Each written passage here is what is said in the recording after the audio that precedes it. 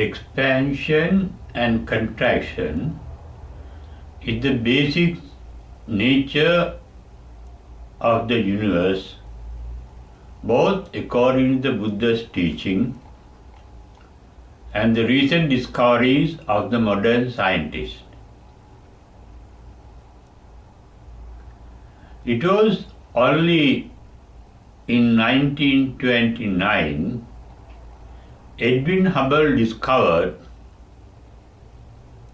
that all the galaxies, he used a telescope, and he discovered that all the galaxies of the universe are running away from each other, so that it seems the universe is expanding.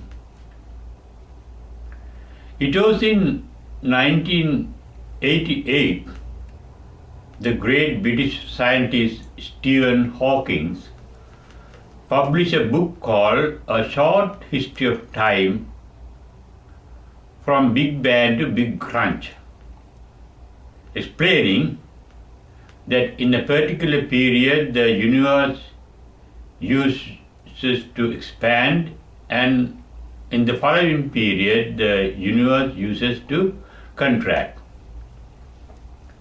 The expansion starts with the Big Bang of a black hole. Scientists calculated it must have happened between 15 to 20 billion years back. And the universe is still expanding according to Edwin Hubble and even Stephen Hawking. However, the expansion too comes to an end, and thereafter there will be a contraction of the universe back into a black hole, and that contraction into a black hole is referred to by Edwin Hawking as the Big Crunch, while the expansion of the explosion of a black hole, a tiny black hole, is called the Big Bang.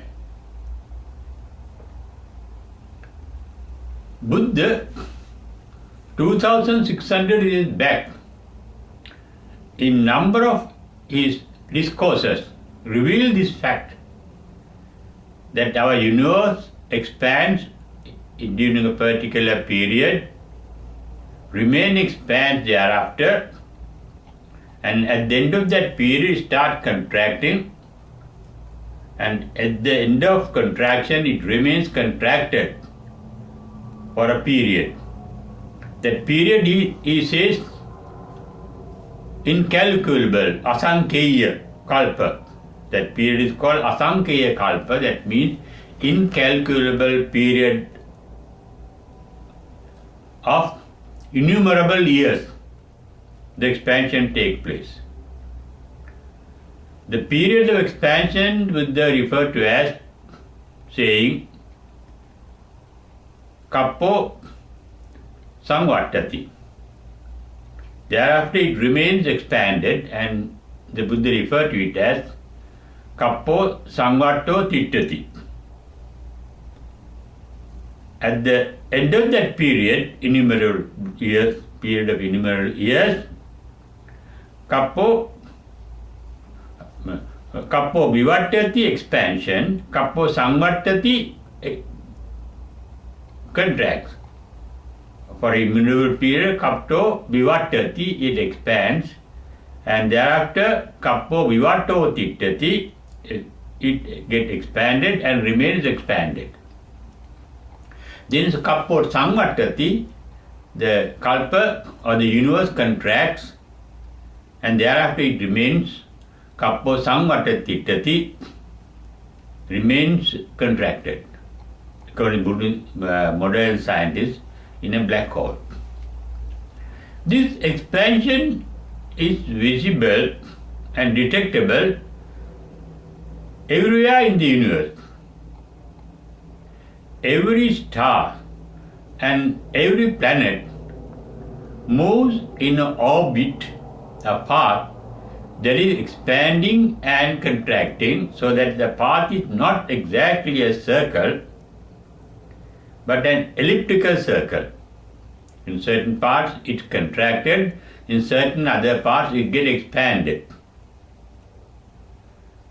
That is common to the path or the orbits of all planets as well as all stars or the suns. Even the moon revolves around the earth, getting closer to earth during certain periods and getting far away from the earth some other period. That means the orbit of moon too is not a perfect circle but an elliptical circle.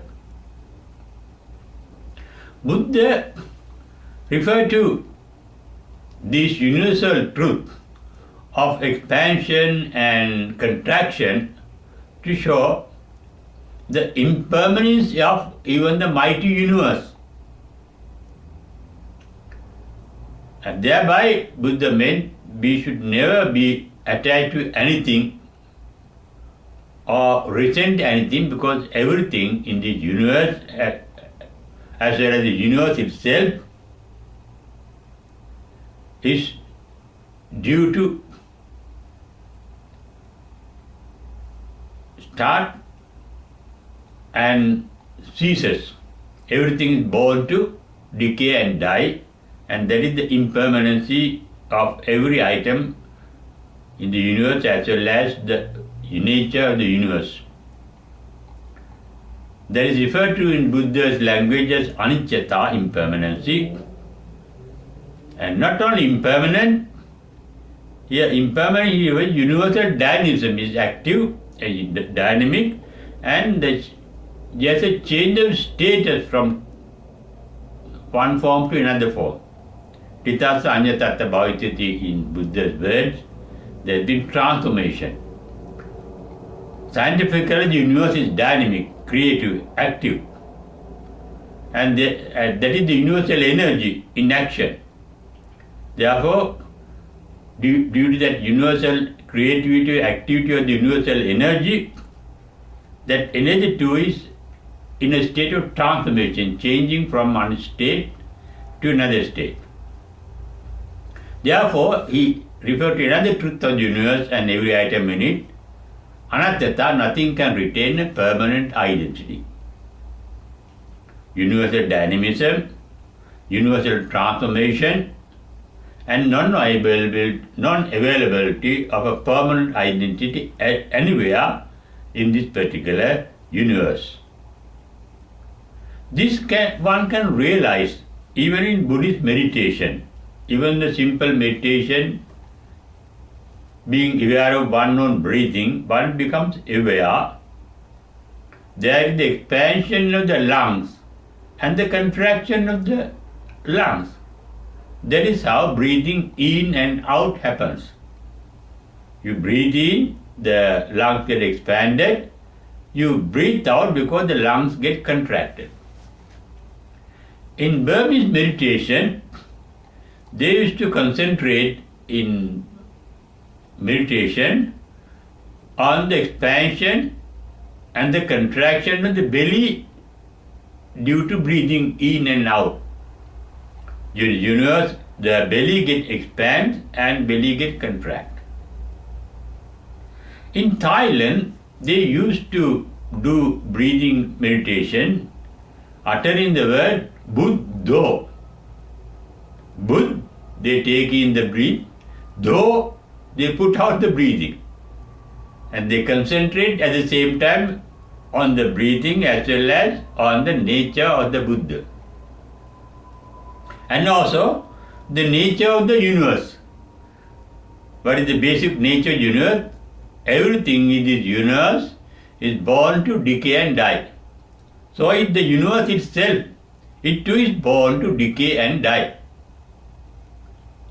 Therefore, the purpose of the Buddha's teaching in the universal truth, as I mentioned earlier, is to encourage not to get attached to anything that is impermanent, not to resent anything that is impermanent, but to take things as they are. Taking things as they are called Yatha Bhuta Jnana Darsana in Buddha's words. When you take things as they are, you become content with things as they are. Because that impermanency is a universal nature. And things are getting changed. There is no point in getting attached or no point in getting resentful. With that, the mind becomes tranquil. The tranquility of the mind is the basis of the realization of the truth. Truth of not the universe, but the truth of oneself. Understanding oneself. The final realization according to Buddha's teaching is the realization of oneself. What is the realization? That there is no self. There is nothing that we can call a permanent soul in anywhere within us. In our mind or in our body. Mind is always changing and the body is also always changing. Not body, every cell is changing. They are born to decay and die. Not only cells, all atoms are changing. They are in a flux. Not only atom, even subatomical particles are changing. Nothing is permanent. That is the basic nature of the universe. Now, even the Hindu meditation that existed long before the Buddha's birth, they concentrate, like the Buddhists meditate on in and out breathing called anapanasati. Hindu yogis used to meditate on the word Om. But the Sanskrit word Om is made of 3 syllables. A, U, A, O, U. A. Expansion of the universe is revealed by A. Then U, it starts contracting. A, U, contraction. U remains contracted. The same truth is spoken by the Buddha. Kappo vivattati. The universe expands.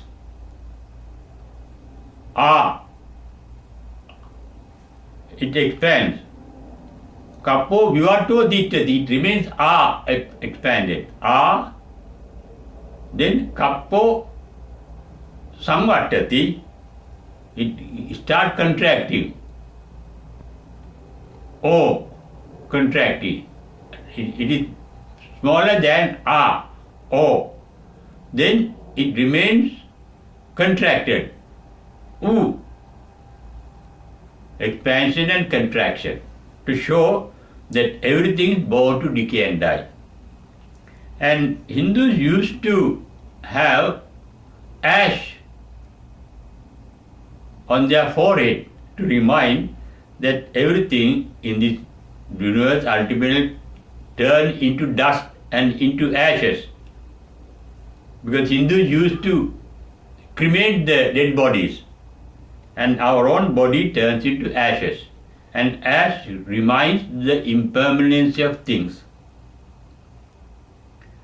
And knowing this particular reality, one gets tranquil in mind, not pulling things to possess, not driving away things to dispossess, and maintain an ability or cultivate an ability to take things as they are. And taking things as they are is universal love, referred to in Buddha's words as metta, in Sanskrit, in Hinduism as Maitri,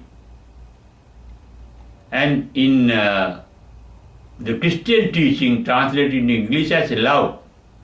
It is called altruistic love. In St. John Bible, he says God is love.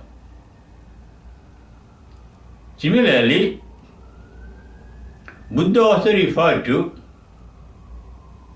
the creator god of his time called Brahma as a god of love, his main quality. The behavior of the Brahma, the creative god of the time of the Buddha, is referred to as the behavior as brahmacharya. In number of occasions, Buddha has uttered and recorded in the Buddhist canon, saying that every Buddha teaches one single truth, that is, the behavior of the Brahma. Brahmacharyam pakasetu. Those are the words of the Buddha.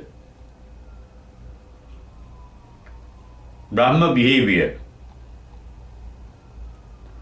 And he referred to 4 aspects of the Brahma behavior: metta, karuna, mudita, upekka. Metta is referred to as the altruistic love. Verbal meaning is friendliness, unselfish friendliness, boundless love, boundless friendliness, not self-centered. Self-centered love is attachment. Self-centered love is greed, possessiveness. We want to possess something and we are attached to something and we love that thing or that particular person. But this spiritual love has no self-center. It is really benevolence. Universal benevolence, boundless benevolence is called metta. Because of benevolence there is compassion. That is referred to in Buddha's words as karuna. Not hurting others, but being of benefit to others. Not malevolence, but benevolence. Then he referred to the earnestness of being benevolent as mudita. We enjoy being benevolent to others. We can enjoy life, that is called that delight. That is altruistic delight. Not real enjoyment, but a delight that is. When we hurt, when we hate others, we are hurt. When we have compassion and kindness towards others, we get a sense of delight, being good to others, ourselves being good to others, being benevolent. Benevolence is delightful, and that delight is called mudita. And the other quality of the Brahma behavior is upekka, called. Upekka means equanimity, but it really means non-conflict. Being one with the other. There is conflict when there is separation. But when there is empathy, you feel for the others as if you are feeling for yourself. Then that conflict is gone. Conflict between the people you love or people you hate. Both in love and hatred, there is a conflict.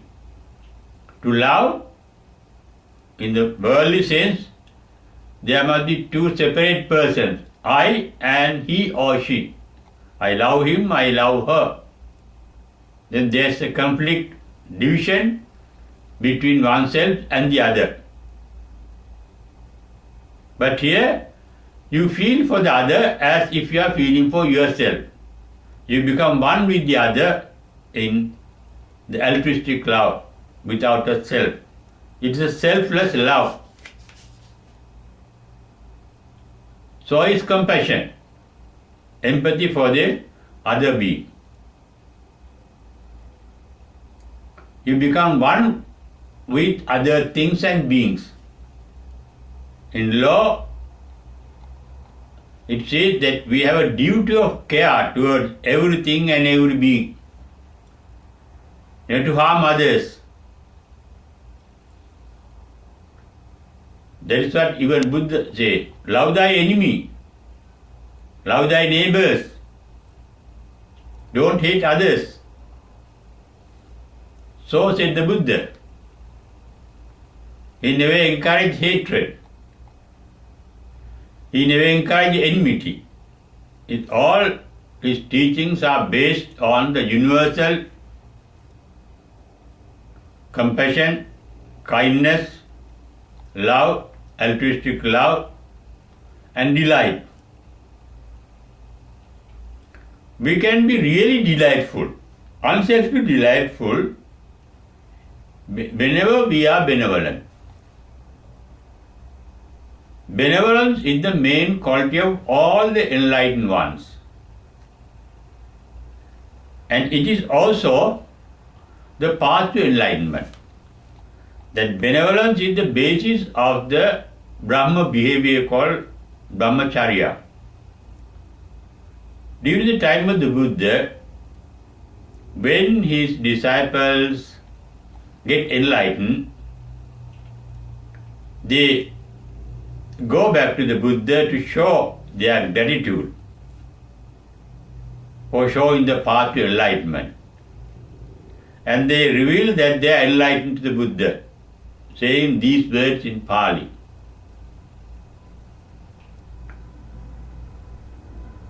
They say, Kina Jati, I am not going to be born again. The rebirth has come to an end. Kina Jati. Usitam Brahmacharyam. I have completed living the life of the Brahma.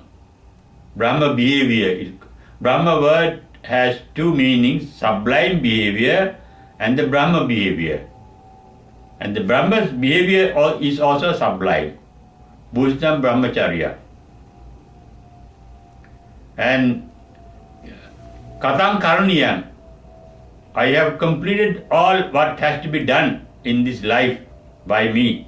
Katam Karaniyam, for enlightenment. Enlightenment is complete, Katam Karaniyam. Naparang ittattayati. Nothing remains for me to do now. I do nothing. Really doing stops in the enlightened one at the very first stage called Sotapanna stage. Chatavi Thanani Ababbo Katum, as said in the Ratan Sutra. All the 6 sense organs, the external 5 organs and the internal organ called the mind, cannot do anything thereafter because reaching the first stage called Sotapannahood in the path to enlightenment take place when the sense of self is lost. Realizing there is no permanent soul within our mind or within our body. Becoming selfless. When there is no self, then there is no doer, nothing is done. Everything is done by the universe. There is a realization one gets while doing meditation in the Buddhist way. Even if you start with breathing, you realize, I am not breathing, the breathing happens. When you are using your sense organs, I don't see, but it is the activity of the eye. I am not involved in that. Although I feel I see, it is the function of the eye. Hearing, not I hear, it is the function of the ear, not my function, it is the function of the ear. There is no my or I, but I get a concept of I and my, that concept is low. Ditti means a concept, idea. Sakkaya Ditti. Sakkaya Ditti has two meanings. Sakka means oneself, my own. Kaya means the bundle, whatever the group I call mine. And Kaya also has another meaning, Sanskrit word is Karya. Karya means activity, my own activity. I am not breathing, it happens naturally. I don't see, it happens naturally, and it is the activity of the eye. Hearing, it is the activity of the ear. Smelling, it is the activity of the nose. Tasting, it is the activity of the tongue. Touch, it is the activity of the skin. Thought, it is an activity of the mind. The brain brings out certain images that are recorded in the brain cells. Then you gradually see it. Even beating of the heart, I don't do it, it happens. Heart beats. Lungs expand and contract, they happen naturally. Blood is flowing along the veins, they happen naturally. I get angry, I got hungry, it happens naturally. I get thirsty, it happens naturally. Things are only natural, and in the first stage of enlightenment called Sotapanna, one gives way to the nature. Even Islam, in the higher spiritual side, they say Islam is the complete submission to the will of God. The nature. God is the personified nature. Things happen naturally. I am not the doer. Nature is the doer. The trees grow, plants grow, they become mature naturally. Leaves come out, flowers come out, fruits come out, leaves fall, things are happening naturally. We are also born to decay and die. Our decay, our growth, our decay, our degeneration, our sicknesses, they happen naturally. We don't do them. Therefore, Buddhism is nothing but understanding oneself. And the entire Buddhism is within oneself. Buddha spoke of Four Noble Truths: suffering, cause of suffering, end of suffering, and the way for the end of suffering, the technique of ending the suffering. All those four aspects of suffering are within us and refer to the triple nature of the universe and every item in it. Anicchata, Dukkhata, Anattata. Everything in this universe is dynamic. That is called Anicchata. Everything in this universe is in a state of transformation from one state to another state. That is called Dukkhata. And Anattata, nothing can retain a permanent identity that we can call its or her or his soul. These triple nature are within us too. We don't think, thinking happens. We don't feel, the feeling happens. We don't see, the seeing happens. Hearing happens. All our mental and physical activities are happening. Breathing is happening. Blood circulation is happening. Digestion is happening. Decaying is happening. Sicknesses are happening. Things happen and there is no doer. Things happen naturally, automatically. When one realizes this, the idea of self is called Sakkaya Ditthi. Ditthi is an idea, it's an opinion. What is the opinion? I see, I hear, I do, I think. Those are only ideas. And we are attached to those ideas. In Nibbedaka Sutta, Buddha referred to attachment as getting attached to one's own mental images. Sankappa rago purisassa kamo. Attachment. In fact, according to Buddha, our entire world is within 1 fathom body. Our body of about 6 feet. It is within our body. By that he means that our entire universe or the world is created within our body through our sense organs.